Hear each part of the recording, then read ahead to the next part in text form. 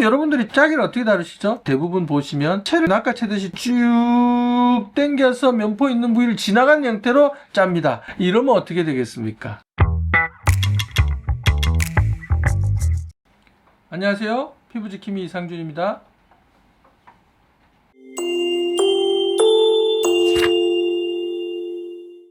자, 오늘 병원 피부과 예약이 되어 있는데 꼭 며칠 전에 짜개로 아니면은 손톱으로 짜가지고 얼굴을 엉망으로 만들어서 이 피부과에 오시는 분들이 종종 있습니다. 특히나 짜개를 할 때 문제는 뭐냐면 100% 피지를 못 내고 반만 꺼내 놓는다는 거죠. 여드름 짜개로 잘 빼면 쏙 나올 것 같은데 남는 게 왜 생기죠? 라고 하는데 여기서는 전문적인 노하우와 기술 그리고 의학적인 지식이 필요한 거죠. 자, 여러분 여기서 짜개의 비밀을 말씀드리겠습니다.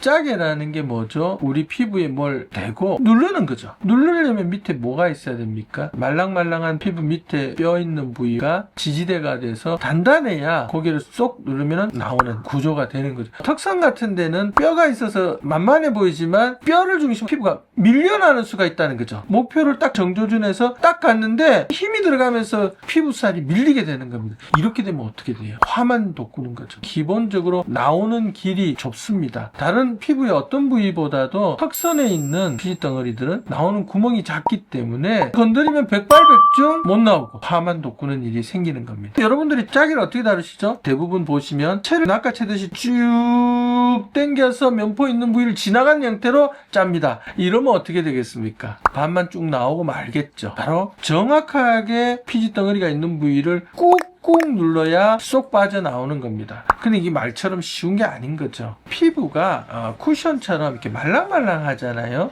그렇기 때문에 짜개로 꾹 눌렀다고 걔가 짜개대로 나오지를 않죠. 한 번 했는데 반쯤 나오고 반이 남았는데 그건 왜 안 나오죠?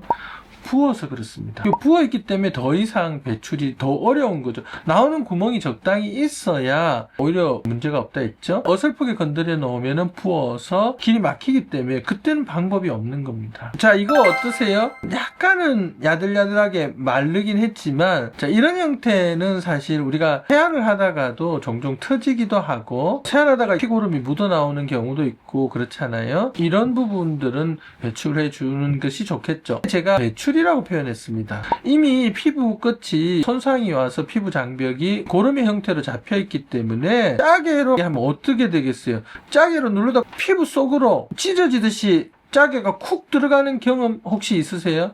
바로 그런 문제들이 흔히 발생하는 모습입니다. 그 공간 안에 있던 피지가 이미 고름으로 꽉 차서 거기에 살점은 녹아서 없는 거예요. 살점은 없고 고름만 있으니 뚜껑을 짜개로 누르면 피부가 찢어질 수밖에 없는 거죠. 이런 경우는 흉터를 크게 남길 수 있습니다. 자, 그럼 어떻게 해야 될까요? 잘 소독된 그런 면봉으로 그냥 살살살살 밀어내면 비교적 쉽게 잘 배출이 되고 깨끗하게 찌꺼기 없이 잘 배출이 되도록 도와주는 것이 가장 중요합니다.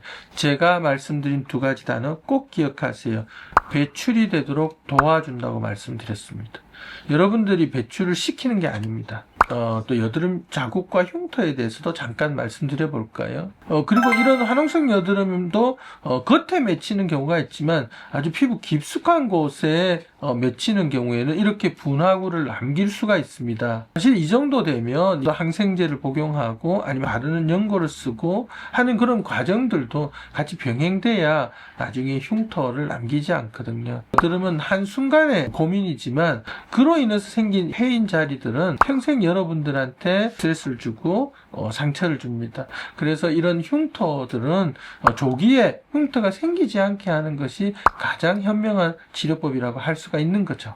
여드름은 특히 환자분마다 피지 분비량도 다르고 또 각질이 쌓이는 정도도 다르고 여러 가지 염증에 대한 반응도 다릅니다. 그래서 봄, 여름, 가을, 겨울에 따라서 또 그분의 컨디션에 따라서 여드름은 다 달라질 수 있습니다. 그렇기 때문에 꼭 피부과 전문의와 상담을 하시고 맞춤 치료를 하시는 것이 중요합니다. 도움이 되셨나요? 도움이 되셨으면 꼭